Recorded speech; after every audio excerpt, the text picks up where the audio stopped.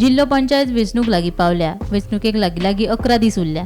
हेच फाटभुंयेर काँग्रेसीन उमेदवारांची तिसरी वळेरी जाहीर केली. तातूंत उत्तर गोंयांतल्यान 6 जाल्यार दक्षिणेंत 7 मेळून वट्ट 13 उमेदवारांचो आस्पाव आसा. उत्तर गोंयांतल्या हरमल मतदारसंघांतल्यान नेटी फर्नांडीस, मोर्जे प्रियंका दाबोळकार, शिवोले रोशन चोडणकार, शिरसय निलेश कांबळी, खोर्ले ग्लेन काब्राल, सेंट लॉरेन्स उज्वला नाईक.